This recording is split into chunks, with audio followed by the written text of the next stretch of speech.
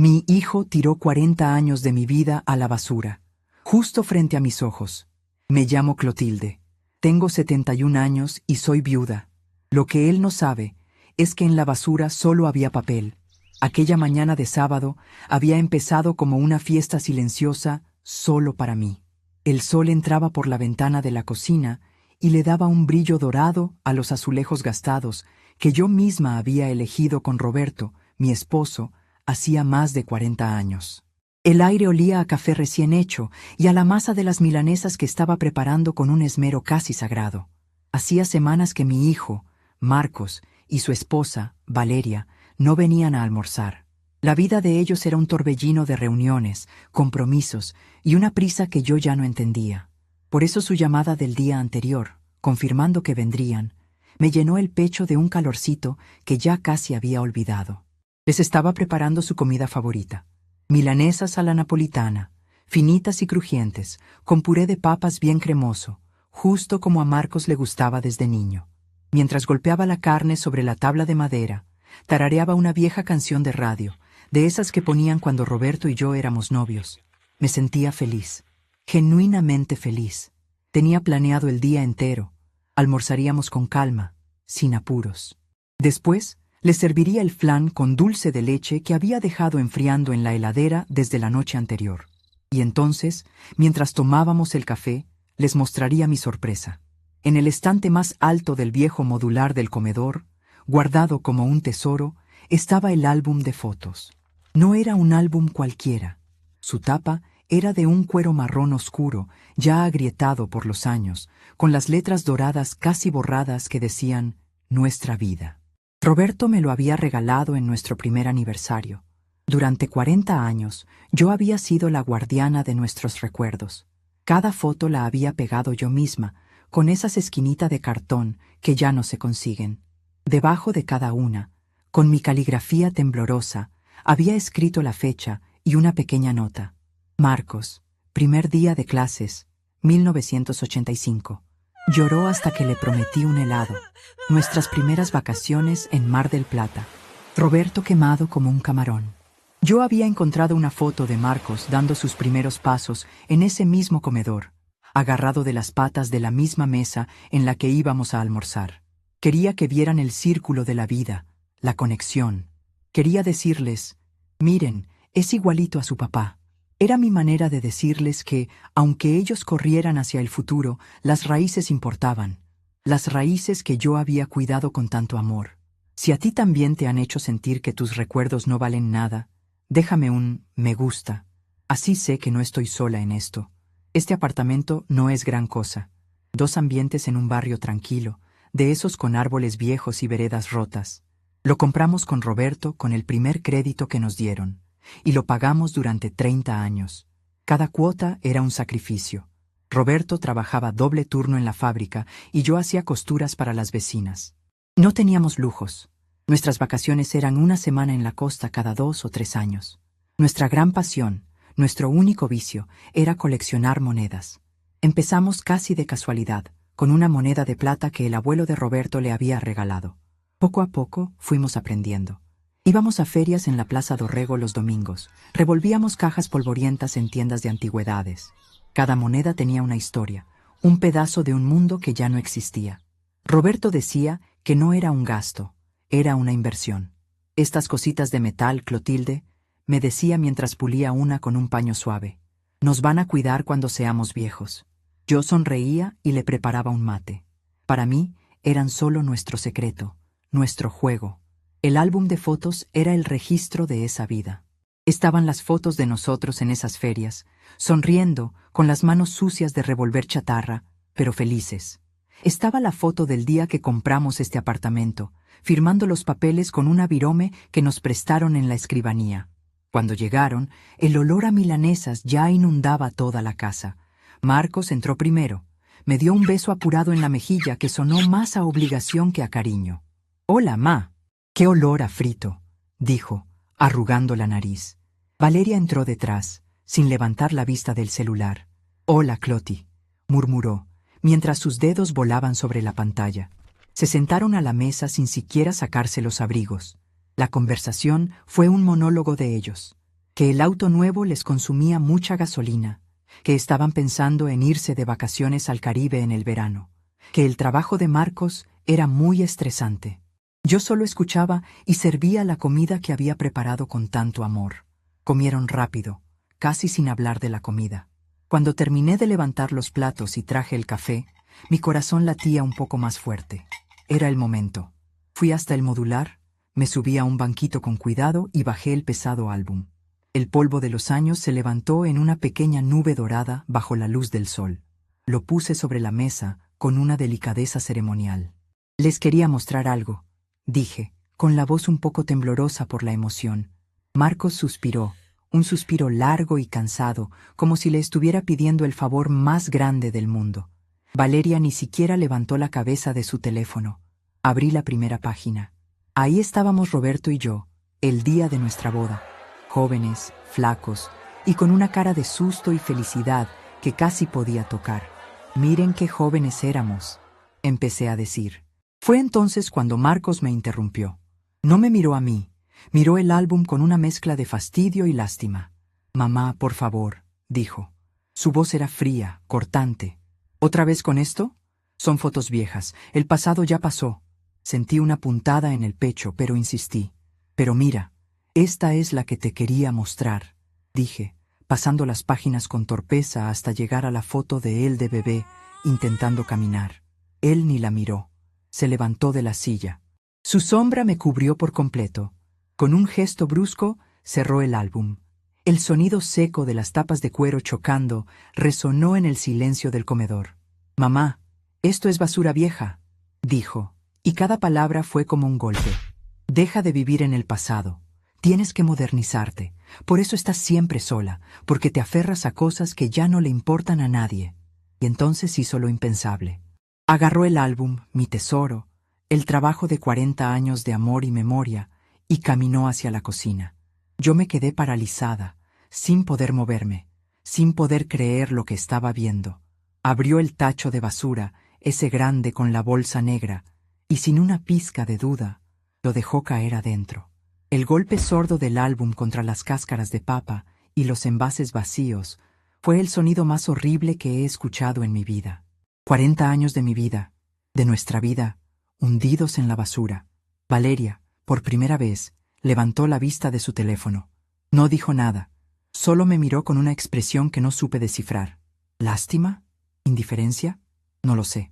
Bueno, se nos hace tarde, dijo Marcos, volviendo al comedor y limpiándose las manos en el pantalón como si se hubiera sacado de encima algo sucio. Tenemos una reunión, te llamamos en la semana, ma.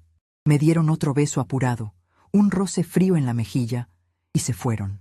Escuché sus pasos apurados bajando la escalera, la puerta del edificio cerrándose de un portazo, y el motor de su auto nuevo arrancando y alejándose por la calle. Y entonces, el silencio. Un silencio tan denso, tan pesado, que sentí que me ahogaba. Me quedé de pie en medio del comedor, mirando la puerta de la cocina. El sol que antes me parecía alegre, ahora me parecía cruel, iluminando cada rincón de mi soledad. El olor a comida, que antes era el aroma del hogar, ahora olía a abandono. Las milanesas a medio comer en los platos, el flan intacto en la heladera, el café frío en las tazas. Todo era un monumento a mi estupidez, a mi ingenua esperanza de que a alguien todavía le importara. No lloré. Las lágrimas se me habían secado por dentro. Era un dolor distinto, un dolor frío que se me instaló en el fondo del estómago. Era la certeza de que me había vuelto invisible para mi propio hijo. No era una persona, era un mueble viejo. Mis recuerdos no eran tesoros, eran trastos que ocupaban lugar. Caminé lentamente hacia la cocina, como si mis pies pesaran 1 tonelada cada uno. Me detuve frente al tacho de basura. La bolsa negra, semiabierta, dejaba ver una esquina del lomo de cuero de mi álbum. Estaba manchado con algo, creo que yerba mate del desayuno. Sentí náuseas. Me apoyé en la mesada para no caerme. Miré por la ventana. Los vecinos pasaban. La vida seguía. Nadie sabía que dentro de mi pequeña cocina se acababa de cometer un asesinato. Habían matado 40 años de mi historia. Me quedé así no sé cuánto tiempo. Minutos, quizás 1 hora. El tiempo había dejado de tener sentido. Solo estaba yo y esa bolsa negra. De repente sonó el timbre. El sobresalto casi me hace gritar. Por un segundo loco, pensé que eran ellos, que habían vuelto a pedir perdón. Mi corazón dio un vuelco estúpido y esperanzado. Fui a abrir, con el pulso acelerado. Pero no era Marcos. Era Ramón, el encargado del edificio. Un muchacho venezolano, siempre con una sonrisa cansada pero amable, que vivía con su familia en el pequeño departamento de la portería. «Buenas tardes, doña Clotilde», me dijo, sosteniendo unas bolsas de consorcio vacías. «Vengo a retirar la basura». El pánico me subió por la garganta. «No», dije, con una voz que no parecía la mía. «Hoy no, Ramón. Gracias». Él me miró, extrañado. Siempre era la primera en sacar la basura, todo prolijo y ordenado. Vio mi cara, supongo. Vio la palidez, los ojos desorbitados. Su sonrisa amable se transformó en una expresión de genuina preocupación. «¿Está todo bien, doña?», preguntó, bajando la voz. «¿Se siente bien?». Su simple pregunta, su tono de respeto, fue lo que finalmente me quebró. Asentí con la cabeza, incapaz de hablar. Él no insistió. Solo me miró un segundo más y dijo: «Bueno, cualquier cosita que necesite, me golpea la puerta, ¿sí? Cuídese mucho, doña Clotilde». Lo vi darse la vuelta y bajar las escaleras. Un extraño se había preocupado más por mí en 30 segundos que mi propio hijo en toda una tarde. Cerré la puerta despacio y le puse la traba. Volví a la cocina. La presencia de Ramón me había sacado de la parálisis. Ahora sentía algo más que dolor. Era una rabia sorda, fría, que empezaba a crecer desde el fondo de mi estómago. Miré la bolsa de basura. Ya no era un ataúd, era una ofensa. Con una determinación que no sabía que tenía, metí las manos en el tacho. No me importó la suciedad, el olor, la humedad. Mis dedos temblorosos tocaron el cuero gastado. Lo agarré con fuerza y lo saqué de ahí. Lo sostuve en mis brazos como si fuera un niño herido. Fui al fregadero, abrí la canilla y con un trapo limpio empecé a limpiar la cubierta, con un cuidado infinito. Quité la mancha de hierba, las migas de pan, la suciedad del día. Lo sequé con un repasador y lo abracé contra mi pecho. Lo llevé de vuelta al comedor y lo puse sobre la mesa, en el centro, como una corona. Lo abrí. Las fotos estaban intactas. Roberto y yo sonriendo en blanco y negro, Marcos en su triciclo. Las caras de mis padres, que ya no estaban. Todos me miraban desde el papel. «Basura vieja», había dicho. Me senté a la mesa. El sol ya estaba bajando, tiñendo la habitación de un color anaranjado y melancólico. Miré las fotos y después miré mis manos, arrugadas y con las venas marcadas por la edad. Estas manos habían trabajado toda una vida. Habían cocinado miles de comidas, cosido cientos de dobladillos, pegado cada una de esas fotos. Y habían contado y clasificado cada una de las monedas que Roberto y yo habíamos juntado con tanta paciencia. Recordé las palabras de mi esposo: «Nos van a cuidar cuando seamos viejos». Marcos no sabía nada de las monedas. Para él eran solo un par de cajas viejas llenas de chatarra en el fondo de un ropero. Nunca había mostrado el más mínimo interés. Una calma helada se apoderó de mí. La rabia se transformó en una claridad absoluta. Mi hijo no me había tirado solo un álbum de fotos a la basura. Me había mostrado exactamente el lugar que yo ocupaba en su vida. Un estorbo, algo del pasado, algo descartable. Cerré el álbum con cuidado. Lo llevé a mi dormitorio y lo guardé en el cajón de mi mesa de luz, bajo la ropa interior. Luego volví al comedor y miré la habitación de Marcos. El cuarto donde él todavía guardaba cajas con sus cosas de la adolescencia, sus trofeos de fútbol, sus apuntes de la facultad. «Basura vieja», pensé. Y una sonrisa amarga se dibujó en mi cara por primera vez en muchas horas. Él había tirado el mapa, pero yo todavía recordaba perfectamente dónde estaba enterrado el tesoro. La noche fue larga. Di vueltas en la cama, con el eco de las palabras de mi hijo rebotando en mi cabeza. «Basura vieja. Deja de vivir en el pasado».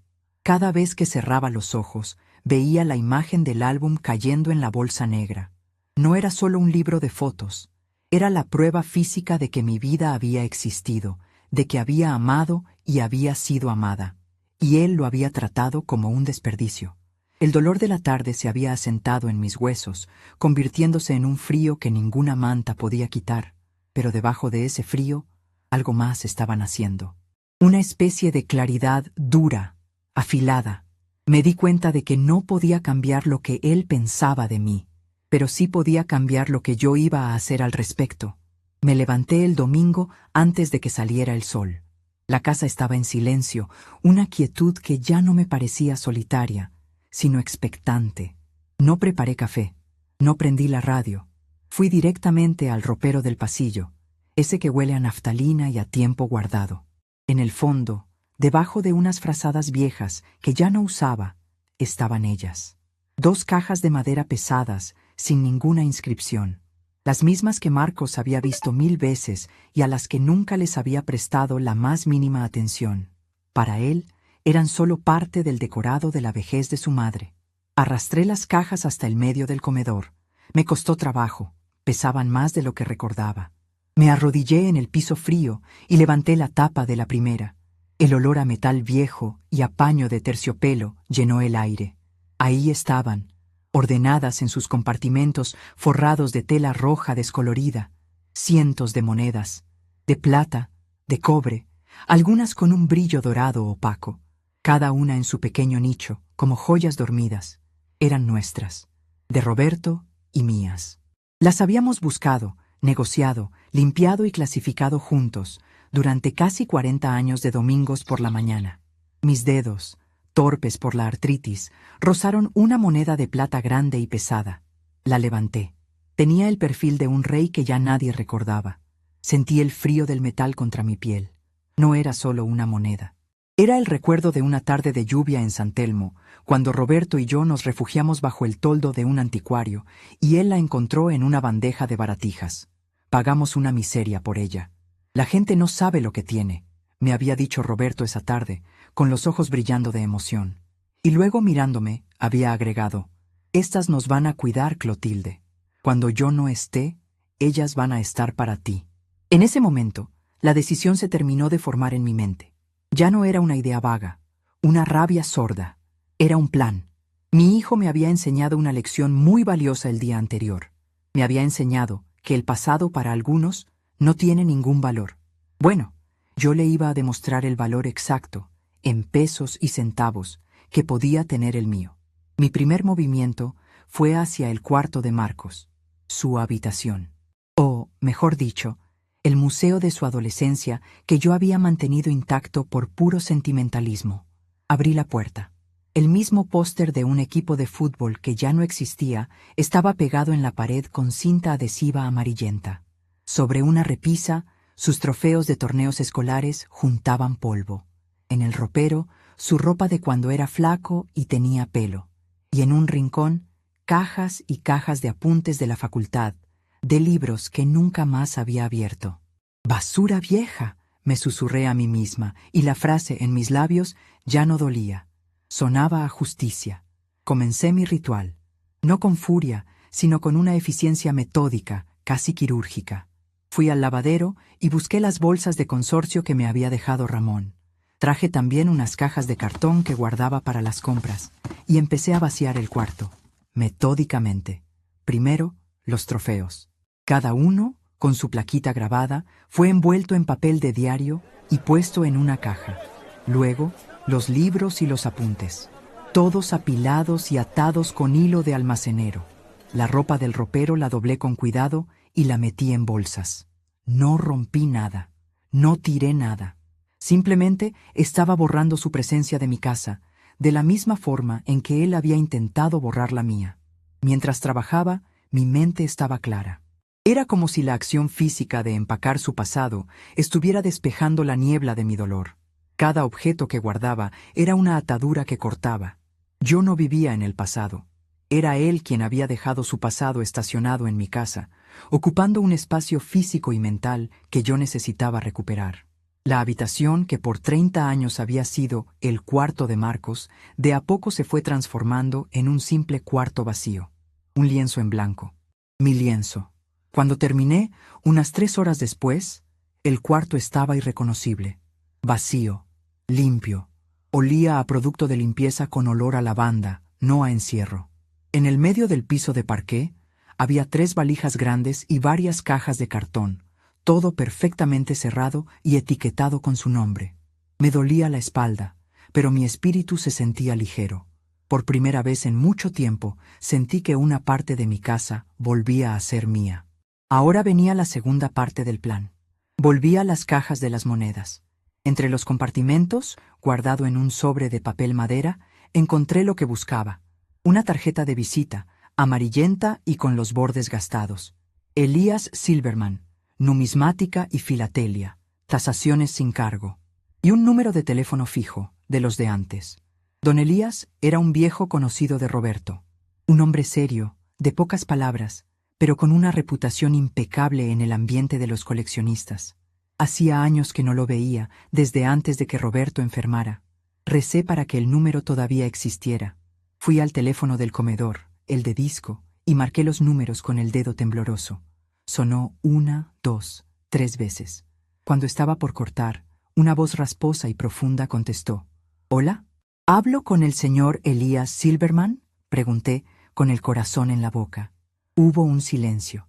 El mismo, dijo la voz con desconfianza. Señor Elías, mi nombre es Clotilde. Soy la viuda de Roberto, Roberto Paredes. Otro silencio, pero esta vez fue diferente. Pude casi sentir cómo el hombre al otro lado de la línea buscaba en su memoria. ¿Clotilde? Dijo al fin, y su voz se suavizó un poco. Claro que me acuerdo. Lamento mucho lo de Roberto. Un gran hombre, un verdadero conocedor. Se me hizo un nudo en la garganta. Gracias, Elías. Lo fue. Tomé aire. Lo molesto por una razón. Necesito una tasación.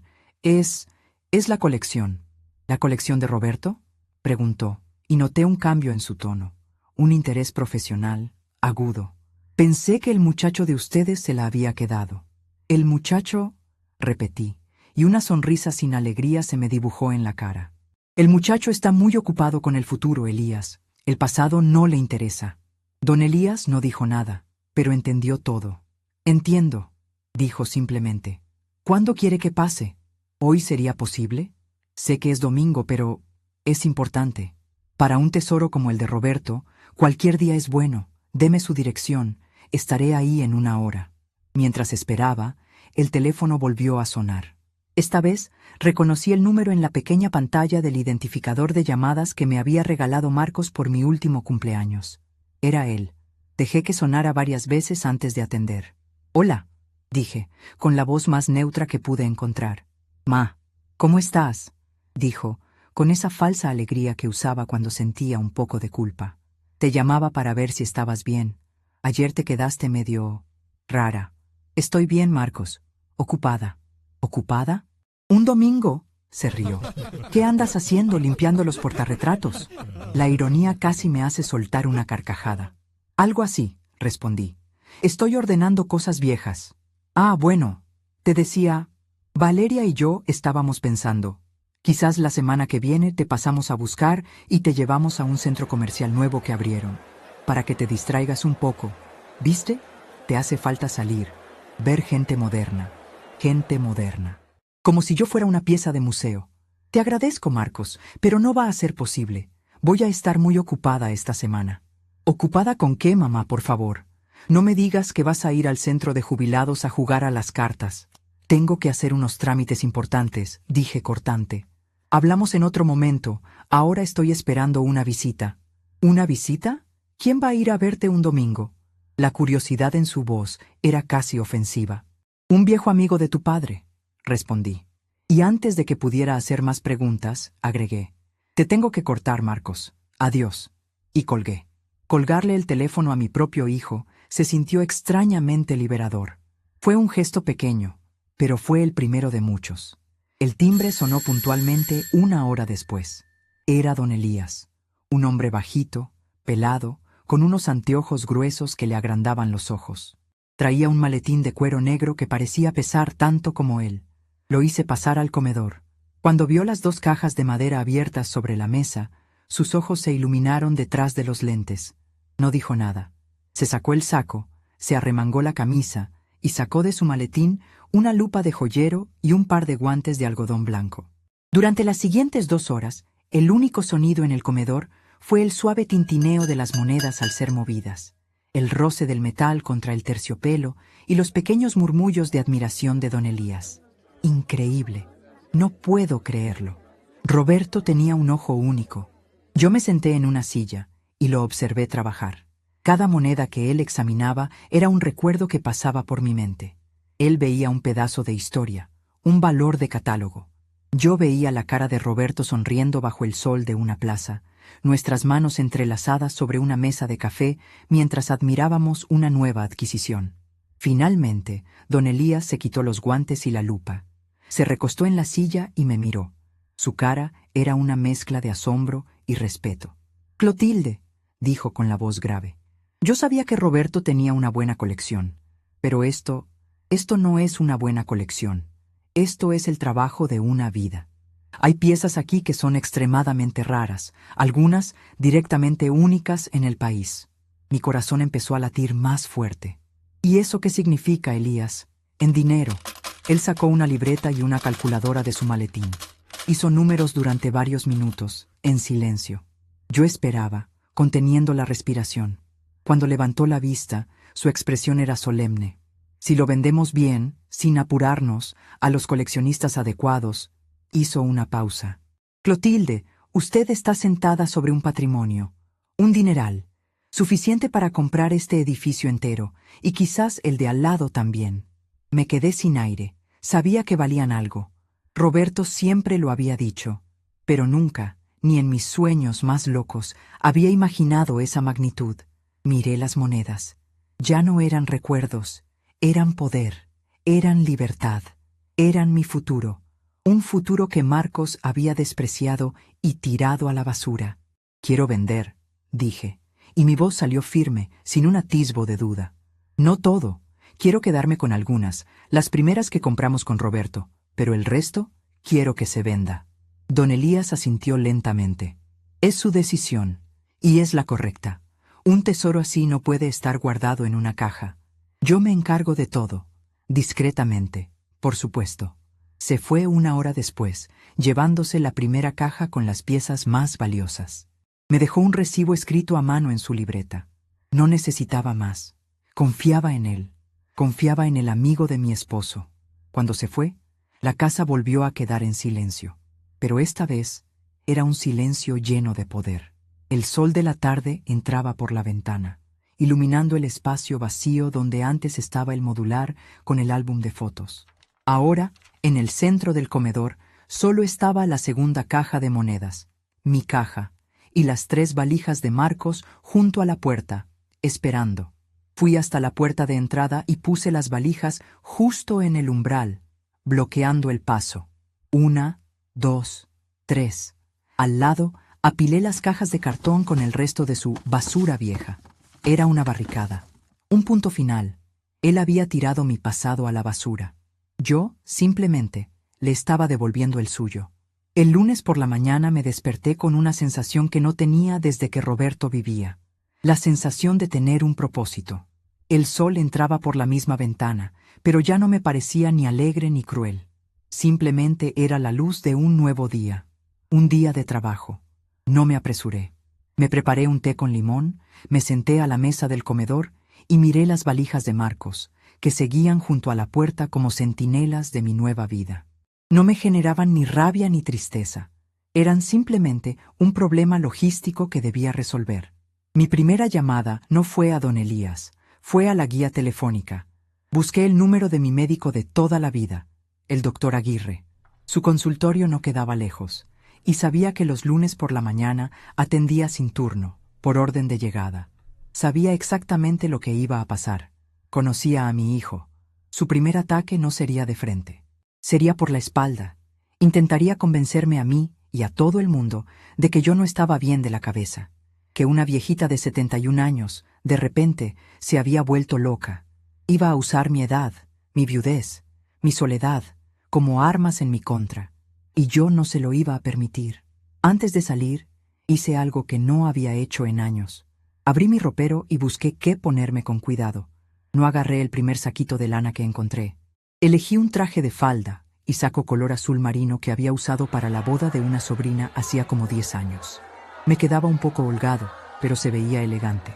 Me puse unas medias finas, unos zapatos de taco bajo que me apretaban un poco los juanetes, y me peiné el pelo con esmero, haciéndome un rodete tirante en la nuca.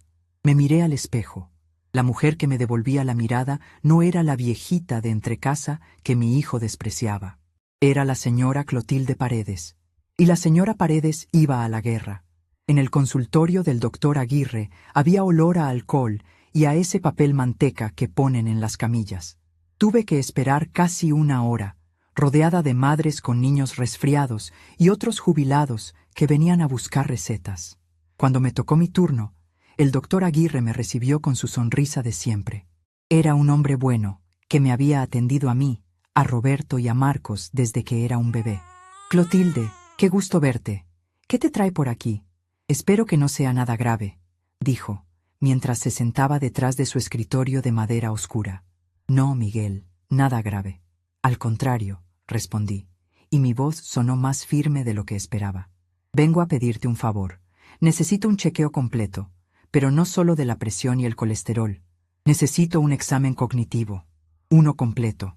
Quiero que me hagas todas las pruebas de memoria, de lucidez, de juicio, y necesito que lo pongas por escrito, un certificado, con tu firma y tu matrícula, que diga que estoy en pleno uso de mis facultades mentales. El doctor Aguirre se quitó los anteojos y me miró, sorprendido. ¿Un certificado? ¿Clotilde? ¿Pasó algo? ¿Alguien te está molestando? Tomé aire. Mi hijo, Miguel. Mi hijo cree que porque tengo 71 años y me gusta mirar fotos viejas, ya estoy para que me encierren. Y antes de que intente hacer cualquier estupidez, quiero tener un papel que demuestre que la única persona que perdió el juicio aquí no soy yo. Él no hizo más preguntas. Creo que en su profesión había visto historias como la mía 1000 veces. Asintió lentamente, con una expresión seria. Entiendo perfectamente, Clotilde. Por supuesto que sí. Empecemos ahora mismo. Pasé la siguiente hora y media respondiendo preguntas, repitiendo series de números, dibujando relojes y recordando listas de palabras. Fue agotador, pero a cada respuesta correcta sentía cómo construía un muro, ladrillo por ladrillo, alrededor de mi mente. Un muro que Marcos no iba a poder derribar. Al final, el doctor Aguirre firmó y selló un papel. Me lo entregó con las 2 manos. Aquí tienes, Clotilde. Estás más lúcida que mucha gente de 30 que conozco. Si alguien dice lo contrario, es un mentiroso o un malintencionado. Guardé ese papel en mi cartera como si fuera un tesoro. Era mi escudo, mi blindaje. Ahora estaba lista para la siguiente fase. De camino a casa, pasé por una cerrajería. Le expliqué al cerrajero que había perdido mis llaves y que por seguridad quería cambiar la cerradura de la puerta de entrada. Media hora después tenía una cerradura nueva, de esas con doble paleta, y un juego de llaves que solo yo poseía. El sonido del cerrojo nuevo, encajando en el marco de la puerta, fue música para mis oídos. Era el sonido de la seguridad, el sonido de mi casa volviendo a ser mi fortaleza. La llamada de Marcos llegó esa misma tarde, como yo sabía que llegaría. El teléfono sonó y el nombre Marcos brilló en la pantalla. Lo dejé sonar hasta que se cortó. A los 5 minutos volvió a llamar. Esta vez atendí. «Hola», dije. «Mamá, te estuve llamando. ¿Por qué no atendías? ¿Estás bien?» Su voz sonaba falsamente preocupada. «Estaba ocupada, Marcos. ¿Qué necesitas?» El cambio en mi tono lo descolocó. «¿Cómo que qué necesito? Te llamo para saber cómo estás. Ayer te noté rara». «Estoy perfectamente. ¿Era solo eso?» Hubo un silencio del otro lado. Podía casi escucharlo procesando mi frialdad. «Bueno, sí. Escucha, Ma, estuve pensando en lo de ayer. Quizás fui un poco brusco con lo del álbum. Es que me preocupa que te quedes estancada en el pasado, ¿entiendes? Lo hice por tu bien». La mentira era tan descarada que casi me río. «Entiendo perfectamente, Marcos. Gracias por tu preocupación. Ahora, si me disculpas, estoy por almorzar». «Pero pará, mamá, no me cortes». Quería pasar a la noche a buscar unas camisetas de fútbol que dejé en mi cuarto. Las necesito para un torneo con los del trabajo. Ahí estaba, el motivo real de la llamada. No era preocupación, era necesidad. No va a ser posible, Marcos, dije, con la misma calma. ¿Cómo que no va a ser posible? Es un minuto, entro, las agarro y me voy. No están más en tu cuarto. ¿Qué? ¿Dónde las pusiste? Están en unas valijas, junto a la puerta de entrada. Otro silencio, esta vez más largo. Un silencio cargado de incredulidad y rabia contenida. ¿Qué hiciste, mamá? Hice lo que me aconsejaste. Dejé de vivir en el pasado y saqué el tuyo de mi casa. Puedes pasar a buscar tus cosas cuando quieras. Déjame un mensaje antes de venir y te las bajo a la puerta del edificio. No hace falta que subas. ¿Pero vos estás loca? ¿Qué te pasa? Voy para allá ahora mismo. Y me cortó. Sabía que vendría. Y sabía que no vendría solo. Valeria estaría con él, para hacer de testigo o para intentar manipularme con su falsa dulzura. Me senté en mi sillón favorito, el que daba a la ventana, y esperé. No tenía miedo. Por primera vez en años me sentía completamente en control. Llegaron 40 minutos después. El portero eléctrico sonó con una violencia que me sobresaltó. No atendí. A los pocos segundos empezaron los golpes en la puerta, fuertes, insistentes. «Mamá, abrime, sé que estás ahí, déjate de joder». La voz de Marcos resonaba en el pasillo. Me levanté con calma y miré por el ojo de la cerradura. Estaban los dos. Él, con la cara roja de furia. Ella, un paso más atrás, mirando su teléfono, como siempre, pero con una expresión de fastidio. Los golpes se hicieron más fuertes. «Mamá, te juro que si no me abrís, tiro la puerta abajo». Fue entonces cuando la puerta del departamento de enfrente se abrió. Era Ramón, el encargado.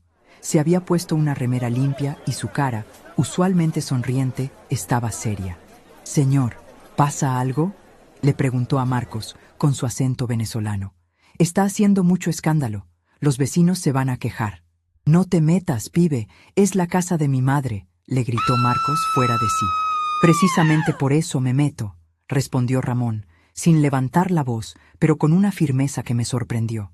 «La señora Clotilde es una buena mujer. No hay necesidad de gritarle así a la puerta». Ese fue mi momento. Con la mayor tranquilidad del mundo, saqué la cadena, giré las 2 vueltas de la llave nueva y abrí la puerta. No la abrí del todo, solo lo suficiente para que me vieran. Me quedé parada en el umbral, con mi traje azul marino y mi rodete impecable. Marcos se quedó mudo al verme. Esperaba encontrar a su madre despeinada y en bata, llorando. No a esta mujer. «Buenas tardes, Marcos». «Valeria», dije, con una voz serena. «Vinieron a buscar sus cosas, ¿verdad?». Se quedó mirándome, sin saber qué decir. Su furia se desinfló frente a mi calma. Señalé con la cabeza las 3 valijas y las cajas apiladas en mi living, justo detrás de mí. «Ahí está todo. Llévenselo, por favor. Están estorbando el paso». Él tragó saliva. «Mamá, ¿qué es todo esto? ¿Es una broma?». «No, Marcos, no es ninguna broma. Es una mudanza. La tuya». Valeria guardó el celular en el bolsillo y se acercó. «Cloti, por favor. No hay necesidad de hacer un escándalo. Marcos está nervioso, pero el único que está haciendo un escándalo aquí es tu marido, Valeria». La interrumpí, mirándola a los ojos. «Yo estoy muy tranquila. Solo le estoy pidiendo que retire sus pertenencias de mi propiedad». La palabra propiedad pareció golpearlo. «¿Tu propiedad? Esta también es mi casa. Yo crecí acá». «Tú creciste acá», asentí. «Pero ya no vives acá. Ahora, por favor, retiren las cosas. Ramón tiene que limpiar el pasillo». La mención de Ramón, que seguía parado allí como un testigo silencioso de toda la escena, fue la gota que rebalsó el vaso. La humillación pública lo cegó. «Vos no me vas a echar de mi casa, vieja loca», gritó, y dio un paso hacia adelante, como para entrar por la fuerza. Pero yo estaba preparada. Di un paso atrás y empecé a cerrar la puerta. Él metió el pie para trabarla. «No te atrevas a cerrarme la puerta en la cara». «Marcos», dije, con la voz tan fría como el hielo, «saca el pie de mi puerta o llamo a la policía». Díganme ustedes en los comentarios, ¿hubieran mantenido la calma como yo? ¿O le hubieran dicho todo lo que se merecía en ese momento? Mi amenaza lo detuvo. La palabra policía, dicha con esa certeza, lo paralizó. Sabía que yo era capaz de hacerlo. Sacó el pie y retrocedió un paso. Su cara era una máscara de odio e incredulidad. «No puedo creerlo», siseó. Después de todo lo que hice por vos, todo lo que hiciste por mí, repetí, y por primera vez una emoción se filtró en mi voz, una ironía amarga. ¿Cómo tirarme la vida a la basura? Por favor, Marcos, llévense sus cosas, ahora. Valeria, viendo que la situación se le iba de las manos, lo agarró del brazo. Marcos, ya está. Vámonos, llevamos las cosas y hablamos después, más tranquilos. Él se soltó de un tirón. No, no me voy a ningún lado. Esta es la casa de mi padre. Tu padre murió, Marcos. Le recordé, sin piedad. Y esta casa es mía. La escritura está a mi nombre. Ahora, por última vez, llévate tus valijas. Se quedó sin argumentos. Derrotado. Miró las valijas, luego a mí, luego a Ramón, que seguía observando en silencio. Con un gruñido de rabia, se agachó y agarró la valija más grande. Esto no se va a quedar así, mamá. Te lo juro. No sabes con quién te metiste. Al contrario, Marcos, respondí, mientras él y Valeria empezaban a arrastrar las cajas y las valijas hacia el ascensor. Creo que por primera vez en tu vida estás empezando a saberlo. Cerré la puerta antes de que pudieran decir nada más. Giré la llave, puse la cadena y me apoyé contra la madera. Mi corazón latía desbocado. Mis manos temblaban, pero no era por miedo. Era la adrenalina de la batalla ganada. Escuché el ascensor llegar, las puertas abrirse y cerrarse, y luego, otra vez, el silencio. Pero este era un silencio victorioso. Caminé hacia la cocina y me serví un vaso de agua. Mis manos todavía temblaban un poco. Miré por la ventana y los vi abajo, en la vereda, luchando para meter las cajas en el baúl de su auto nuevo y carísimo. Se veían pequeños, ridículos. El teléfono sonó de nuevo. Era él. Sabía que este era el verdadero contraataque.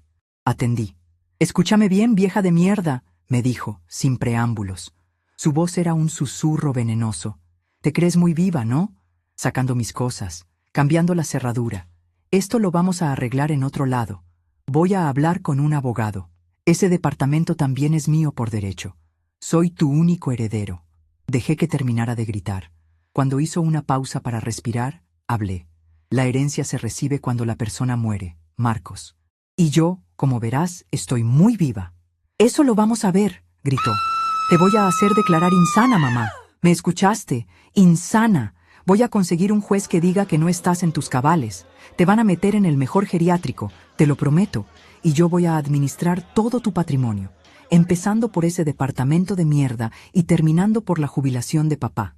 Te vas a quedar sin nada. Vas a morir sola en un asilo. ¿Entendiste?» La amenaza colgó en el aire, pesada y cruel. Era exactamente lo que había anticipado. El golpe final. La carta que él creía que le daría la victoria definitiva. Yo, sin embargo, me quedé en silencio por un momento. Dejé que saboreara su supuesta victoria. Podía imaginar su sonrisa triunfante del otro lado de la línea.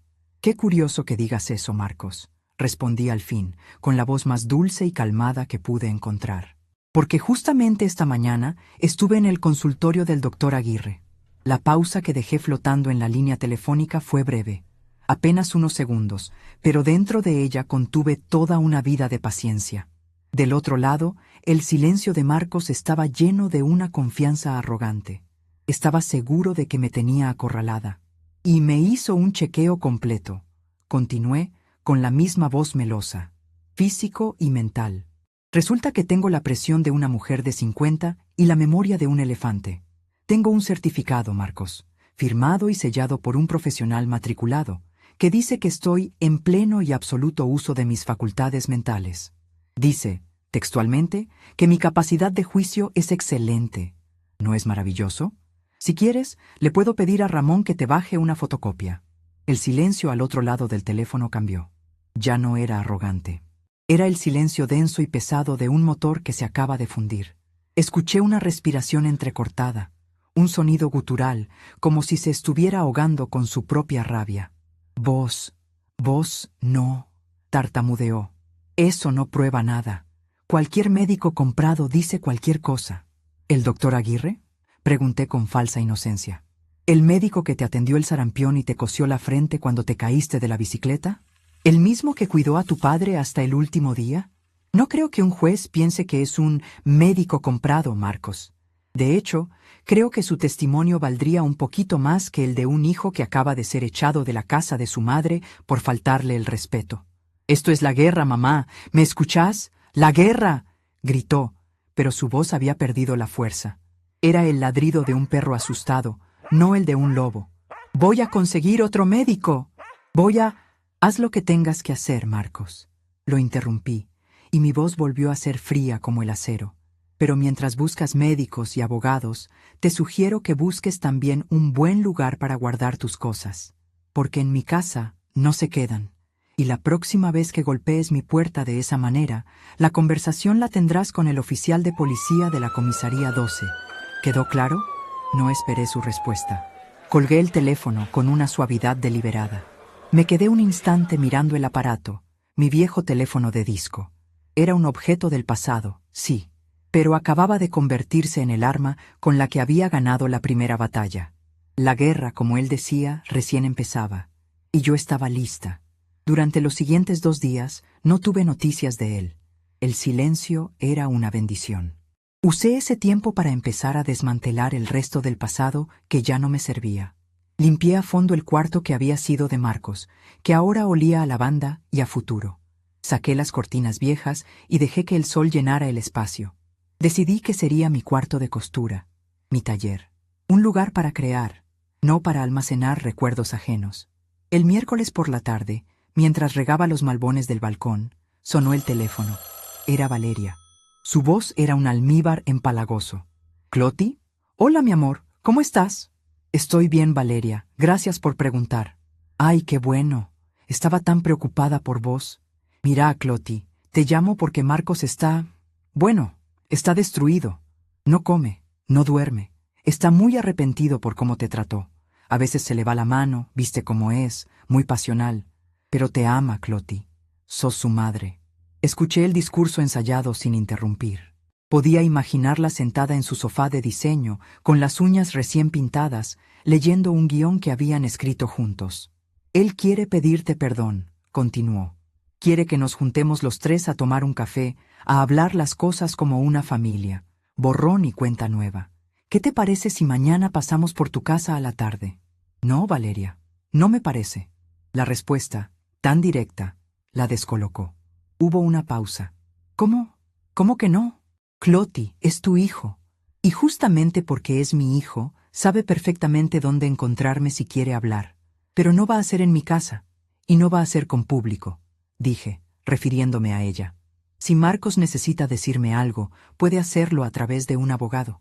O puede enviarme una carta. Por ahora no quiero verlo. Necesito tiempo.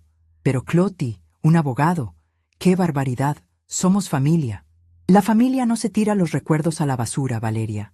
Y no amenaza con encerrar a su propia madre en un geriátrico». La conversación terminó. «Por favor, no vuelvas a llamarme». Colgué de nuevo. Esta vez se sintió aún mejor. Estaba trazando límites, fronteras que habían estado borrosas durante décadas. Mi casa era mi país, y yo decidía quién cruzaba la aduana. La verdadera jugada, sin embargo, se estaba gestando en otro lado. El viernes por la mañana recibí una llamada de don Elías. «Clotilde, buen día. Tengo novedades», dijo, con su voz profesional. «Ya contacté a 2 de los coleccionistas más serios de Buenos Aires. Vieron las fotos de las piezas y están, como decirlo, desesperados por verlas. Uno de ellos vive en Europa y vuela para acá la semana que viene solo para esto. La subasta privada va a ser un éxito. Son buenas noticias, Elías. Muchas gracias. Hay un pequeño problema, o más bien, una formalidad», continuó. «Para transferir la titularidad de las piezas más valiosas, necesito que me firmes unos papeles. Y también necesitaría una copia del testamento de Roberto, o la declaratoria de herederos, solo para dejar constancia de que eres la única propietaria legal de la colección. Por supuesto, la burocracia. Claro, Elías, tengo todo eso guardado. ¿Cuándo nos vemos?»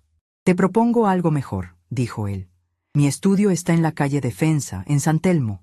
¿Por qué no vienes mañana por la mañana? Te invito a un café, firmamos todo con tranquilidad y te muestro el lugar donde tu tesoro va a empezar su nueva vida».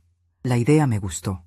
Salir de mi barrio, volver a San Telmo, donde todo había empezado. Sentí que era cerrar un círculo. El sábado por la mañana me puse mi traje azul de nuevo. Se había convertido en mi armadura. Tomé un taxi hasta San Telmo. El barrio estaba bullicioso, lleno de turistas y de los sonidos del mercado de pulgas que se estaba armando. El estudio de don Elías no era una tienda a la calle. Era un primer piso en un edificio antiguo, con una puerta de madera pesada y una pequeña placa de bronce que decía Silverman. El lugar por dentro era increíble. Olía a papel viejo, a cuero y a historia. Las paredes estaban cubiertas de bibliotecas llenas de libros de numismática. En vitrinas de vidrio, bajo luces tenues, se exhibían monedas y medallas que parecían flotar en el aire. Era un santuario, un lugar de respeto. Don Elías me sirvió un café en una tacita de porcelana y me explicó los papeles. Los leí con atención. Eran contratos de consignación, claros y precisos. Mientras firmaba, él me miró con sus ojos sabios detrás de los anteojos. «Tu hijo llamó», dijo sin rodeos. Levanté la vista del papel. Mi mano se detuvo. «¿Cómo consiguió tu número?» Me buscó. Me dijo que era el hijo de Roberto Paredes y que quería hablar conmigo sobre la colección de su padre. Sentí una punzada de frío. «¿Y qué le dijiste?» Le dije que, efectivamente, estaba manejando la venta de una colección que perteneció a su padre y que ahora era de tu propiedad exclusiva. Le expliqué que no podía darle más detalles por una cuestión de confidencialidad con mi clienta. O sea, contigo. ¿Y cómo reaccionó? Don Elías soltó una risita seca, como un niño al que le quitan un juguete que no sabía que tenía. Se puso furioso, exigió saber de qué estábamos hablando. Empezó a hablar de derechos, de herencia, de que él era el único hijo varón. Le dije que cualquier reclamo debía hacerlo por vía legal y le corté. Así que esa era la nueva estrategia. Ya no era la vieja loca. Ahora era la viuda indefensa, a la que un extraño le estaba robando el patrimonio familiar. Me froté las sienes. Estaba cansada de sus juegos. Gracias por manejarlo así, Elías. No te preocupes. Estoy acostumbrado a lidiar con herederos codiciosos. Pero Clotilde, él va a insistir. Y cuando se entere del valor real de esto, se va a poner peor. Mucho peor. Tenía razón. Marcos no se iba a rendir. No ahora que había olido dinero. Y entonces, mientras miraba las vitrinas llenas de tesoros, se me ocurrió una idea. Una forma de terminar con esto de una vez por todas. Elías, dije, necesito que hagas algo por mí. Quiero que lo llames. A Marcos. Y quiero que lo cites aquí, en tu estudio. Dile que su madre ha autorizado una reunión para discutir el futuro del patrimonio familiar. Usa esas palabras exactas. Cítalo para el lunes a las 5 de la tarde y dile que venga solo. Don Elías me miró levantando una ceja. ¿Estás segura, Clotilde? ¿Quieres enfrentarlo? No, respondí, y una sonrisa se dibujó en mi cara. No quiero enfrentarlo, quiero aplastarlo.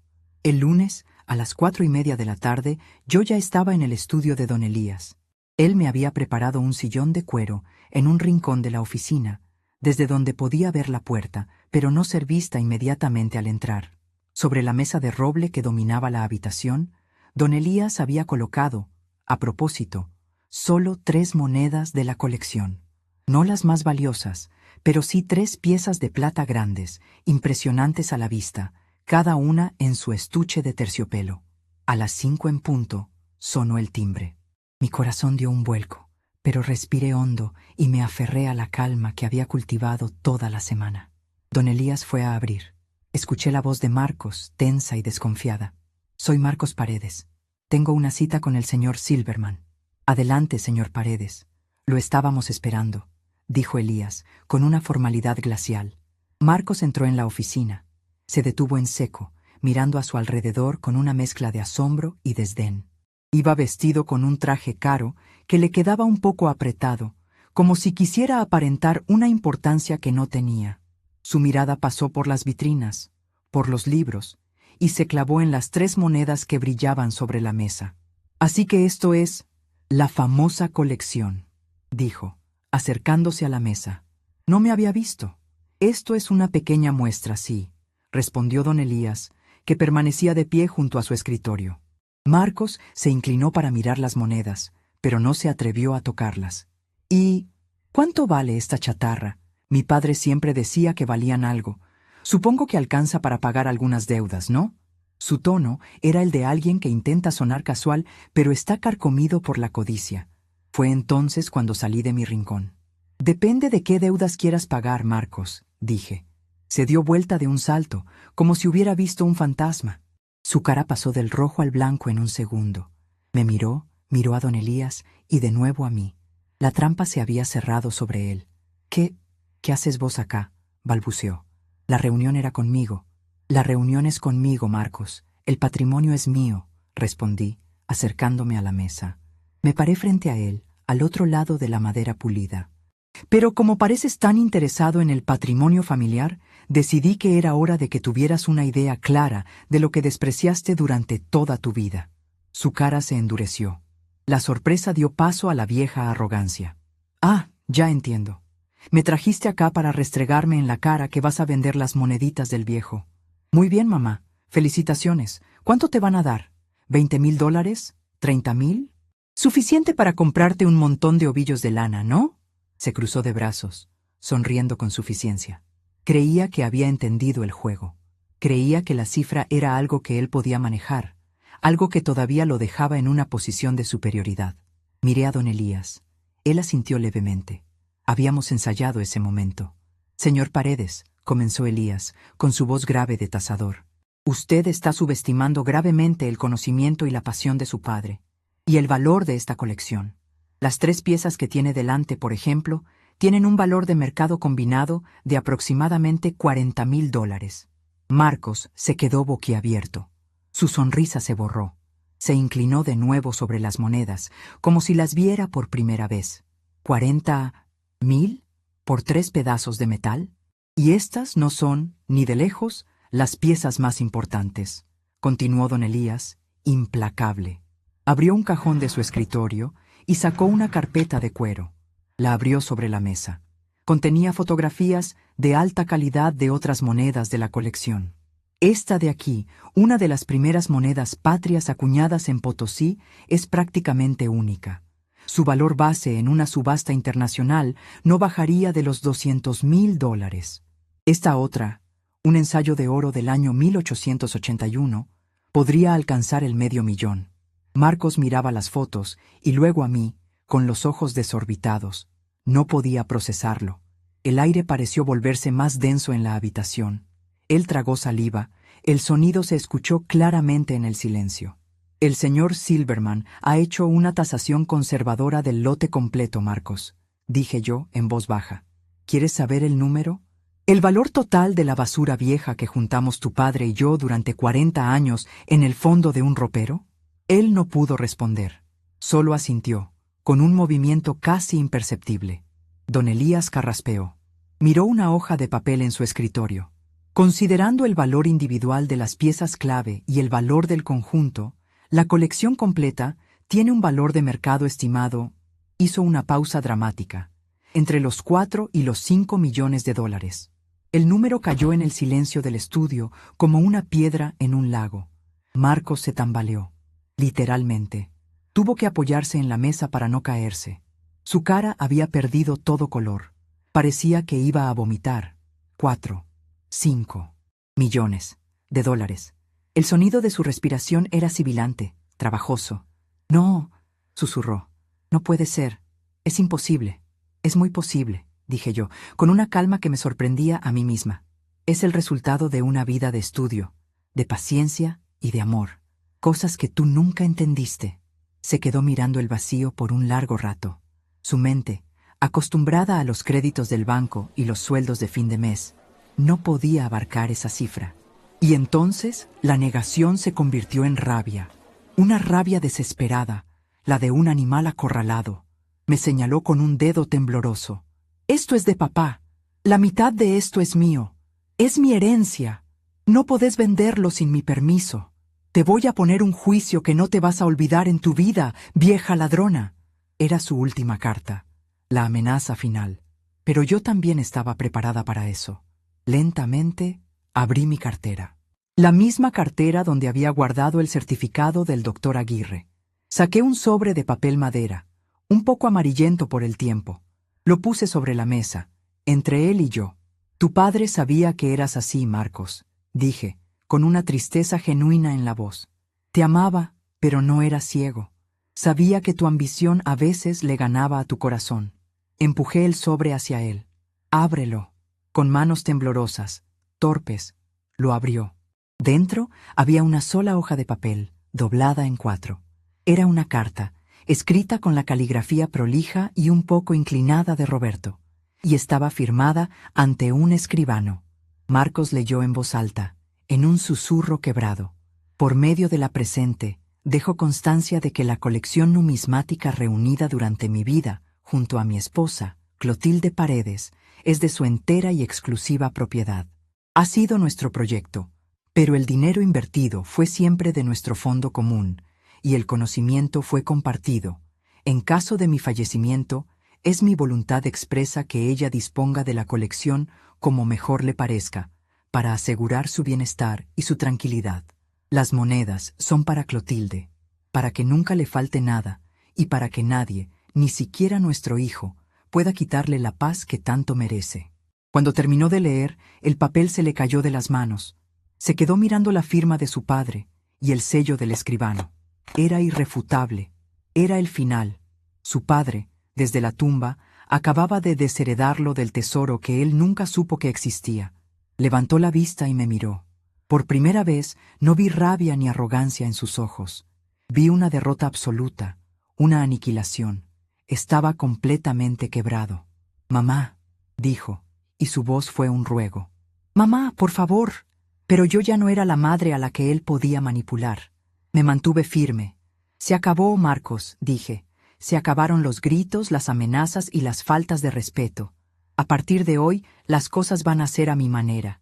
Te voy a dar 2 opciones, y te sugiero que escuches con mucha atención». Lo vi desmoronarse frente a mí, ahí mismo, en la oficina de don Elías, que olía a historia y a justicia. La arrogancia se le escurrió del cuerpo como el aire de un globo pinchado. Quedó solo el cascarón de mi hijo, un hombre de 40 años que, por primera vez, parecía un niño asustado. Sus ojos, esos mismos ojos que me habían mirado con fastidio y desprecio, ahora me suplicaban. «La primera opción es sencilla, Marcos», le dije, y mi voz llenó el silencio de la habitación. No la levanté. No necesitaba gritar. El poder no hace ruido.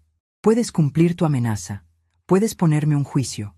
Contratarás un abogado. Yo contrataré a los míos. Gastarás el dinero que no tienes en una batalla legal que durará años. Presentarás tus argumentos. Yo presentaré esta carta de tu padre, el certificado del doctor Aguirre y el testimonio de mis vecinos sobre tus escándalos. Y al final, después de arrastrar el apellido de tu padre por el barro, perderás. Y no solo no recibirás un solo centavo, sino que te condenarán a pagar las costas del juicio. Quedarás en la ruina y yo no volveré a dirigirte la palabra mientras viva. Esa es la opción 1, la guerra que tanto querías. Dejé que las palabras se asentaran. Él tragó saliva, su nuez de Adán subiendo y bajando. Miró a don Elías, que seguía impasible como una estatua, y luego a mí. La opción 2, continué, es la paz. Te vas de aquí, ahora mismo. Aceptas que esta colección, este patrimonio, es mío. Mío para administrar, mío para vender, mío para disfrutar o para quemarlo en la plaza si se me da la gana.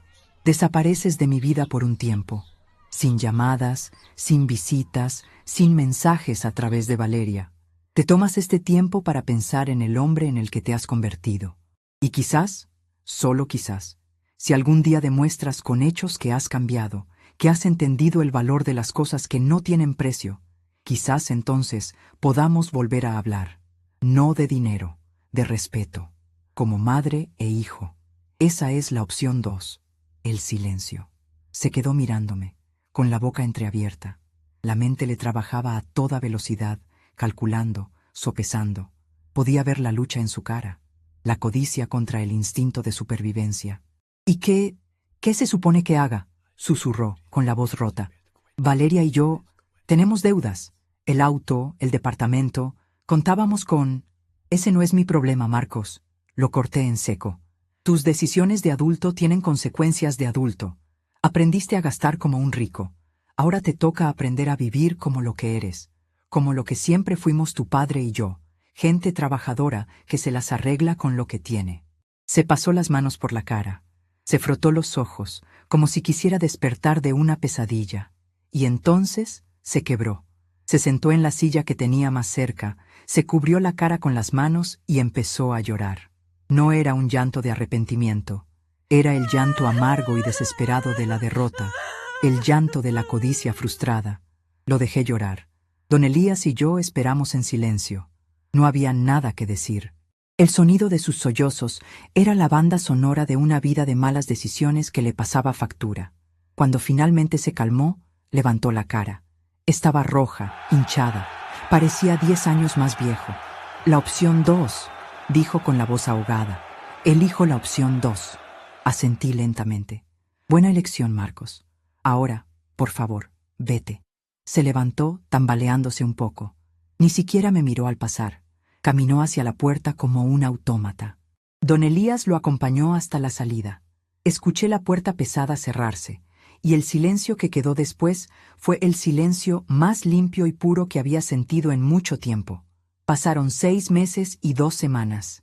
El tiempo, cuando una tiene mi edad, a veces se estira y a veces se encoge. Pero esos meses tuvieron un ritmo nuevo, un ritmo mío. El apartamento se transformó. El cuarto de Marcos era ahora mi taller de costura. En lugar de trofeos llenos de polvo, había carretes de hilo de todos los colores, organizados en una estantería que llegaba hasta el techo. Donde estaba su cama de adolescente, ahora estaba mi vieja máquina de coser Singer, la que me había ayudado a pagar tantas cuentas, ahora aceitada y funcionando como en sus mejores tiempos. El olor a encierro y a naftalina había sido reemplazado por el aroma a tela nueva y a aceite de máquina. Vendí una pequeña parte de la colección, solo un puñado de monedas, a través de Don Elías. El dinero que entró en mi cuenta del banco era más de lo que había visto en toda mi vida junta, pero no me volví loca. Hice lo que cualquier mujer práctica haría. Primero, pagué la pintura del edificio entero. Ramón organizó todo, y los vecinos estaban tan contentos que me trajeron una fuente llena de masas finas para agradecerme. Después, mandé a arreglar mi cocina. Puse azulejos nuevos, una mesada de granito y un horno moderno que se limpiaba solo. Cada vez que entraba a esa cocina, donde mi hijo había tirado mi vida a la basura, sonreía. Ahora era mi palacio. Mi rutina cambió. 2 veces por semana iba a clases de yoga para la tercera edad. Los martes me juntaba a tomar el té con 2 amigas de la juventud con las que había retomado el contacto. Y casi todas las tardes cosía. No por necesidad, sino por placer. En ese momento estaba terminando un vestidito de verano para la hija de Ramón. Una nena de 5 años que tenía los ojos más grandes y curiosos que había visto nunca. Mientras guiaba la tela floreada bajo la aguja, me sentía en paz. Era una paz ganada a pulso. De Marcos no supe nada. Cumplió su palabra. El silencio fue total. A veces, por la noche, me preguntaba qué sería de su vida, pero el pensamiento no me causaba angustia, solo una curiosidad lejana, como cuando una lee una noticia del diario sobre alguien a quien conoció hace mucho tiempo. Una tarde de jueves, el portero eléctrico sonó. No esperaba a nadie. Atendí con desconfianza. «¿Hola? ¿Mamá? Soy yo, Marcos». La voz. Era su voz, pero diferente. Apagada, sin la arrogancia de siempre. Dudé un segundo. «¿Qué pasa, Marcos?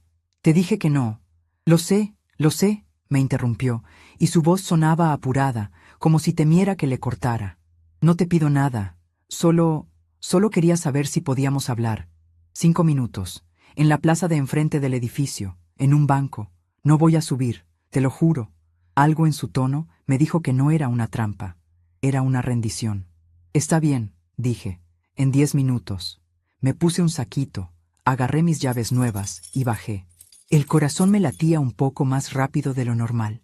Crucé la calle y lo vi. Estaba sentado en un banco, de espaldas a mí, mirando los juegos infantiles vacíos. Estaba más flaco. El traje caro había sido reemplazado por un jean gastado y una campera que no le conocía. Cuando me senté a su lado, a una distancia prudente, se sobresaltó. Se dio vuelta para mirarme. Tenía ojeras. La cara se le veía cansada, surcada por arrugas que no tenía antes. «Gracias por venir, mamá. Dijiste 5 minutos», asintió. Miró sus manos, que jugaban nerviosamente una con la otra. «Valeria me dejó», dijo, sin rodeos. «Hace 3 meses. Cuando se dio cuenta de que no había ninguna herencia millonaria en el futuro, se aburrió. Dijo que yo no era el hombre ambicioso con el que se había casado. Se llevó el auto y la mitad de los muebles. No dije nada. Solo lo escuché. Estoy viviendo en un monoambiente alquilado en Villa Crespo», continuó. «Volví a mi antiguo trabajo, el que tenía antes de que Valeria me convenciera de que era para perdedores. No gano mucho, pero me alcanza». Hizo una pausa, como si buscara las palabras. Finalmente, levantó la vista y me miró a los ojos. Y por primera vez en muchos años vi a mi hijo. No al empresario frustrado, no al marido dominado, al nene que se había caído de la bicicleta. «Mamá, yo lo lamento», dijo, y la voz se le quebró. «No por el dinero. Bueno, sí, al principio sí. Me volví loco, pero estos meses solo he pensado mucho. Y lamento lo del álbum. Lamento haberte dicho esas cosas. Lamento haberte hecho sentir que no valías nada. Tuve que perderlo todo para darme cuenta de que lo único que realmente tenía valor eras vos. Y lo traté como basura». Las lágrimas le caían por las mejillas. No eran las lágrimas de rabia de la oficina de don Elías. Eran lágrimas de verdad. Me quedé en silencio un largo rato, mirando las palomas que picoteaban el suelo. El perdón no es un interruptor que se enciende y se apaga. Es un camino que se empieza a caminar. «Las palabras duelen, Marcos», dije al fin, con la voz suave, «y las tuyas casi me matan. Pero la muerte de esa mujer que era tu madre sirvió para que naciera esta que soy ahora. Y esta mujer no olvida. Pero quizás puede aprender a empezar de nuevo». Él me miró con una esperanza temblorosa. «Una vez al mes», le dije, estableciendo las nuevas reglas del juego. «El primer domingo de cada mes puedes venir a almorzar. Comida casera, como antes, pero sin celulares en la mesa y sin hablar de dinero. Hablaremos de la vida, de las cosas sencillas, y veremos poco a poco si todavía queda un hijo ahí dentro y si todavía queda una madre aquí». Asintió con la cabeza, una y otra vez, incapaz de hablar. «Gracias, mamá. Gracias». No nos abrazamos. No era el momento. Simplemente me levanté, le di una última mirada y crucé la calle de vuelta a mi edificio. La redención no es un regalo, es un trabajo, y él recién empezaba su primer día. Unas semanas después, finalicé los 2 proyectos que le daban sentido a todo lo que había pasado. El primero fue con Ramón. Un sábado por la mañana lo invité a él y a su familia a tomar el desayuno en mi cocina nueva, mientras su hija jugaba con una muñeca a la que le había hecho un ajuar completo. Le entregué a Ramón un sobre. «¿Qué es esto, doña Clotilde?», preguntó confundido. «Ábrelo», le dije. Dentro había un boleto de compraventa. El de un departamento de 3 ambientes en un edificio a la vuelta que se había puesto en venta hacía poco. Lo había comprado esa semana, a nombre de él y de su esposa. Se quedó sin palabras. Sus ojos se llenaron de lágrimas. Su esposa se tapó la boca para no gritar. «Pero doña, no podemos aceptarlo, es demasiado». «Claro que pueden», le respondí.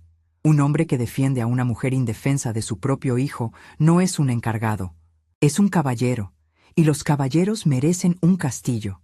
Tu familia cuidó de mí cuando la mía me dio la espalda. Ahora la mía cuida de la tuya.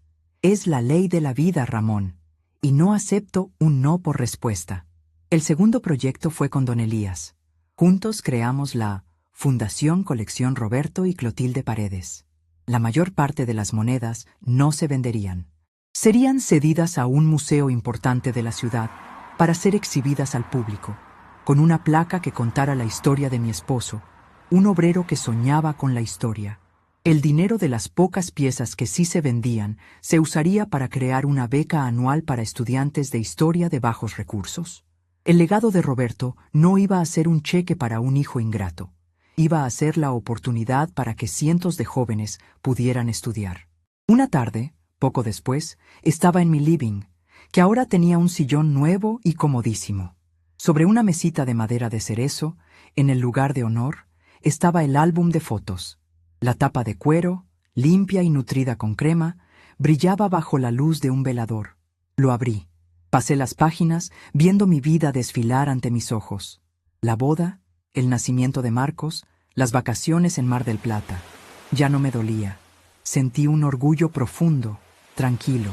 El orgullo de la mujer que se había negado a ser basura. Si conoces a una mujer que necesitaba oír que nunca es tarde para reclamar su propio valor, mándale esta historia. A veces, un empujoncito es todo lo que hace falta. Cerré el álbum con cuidado. La historia que contenía era la de la mujer que fui. Pero la historia que importaba, la que había ganado, era la de la mujer en la que me había convertido. Mi hijo tiró un álbum a la basura creyendo que enterraba mi pasado. Pero en esa bolsa negra, lo único que murió fue el futuro que él creía tener asegurado.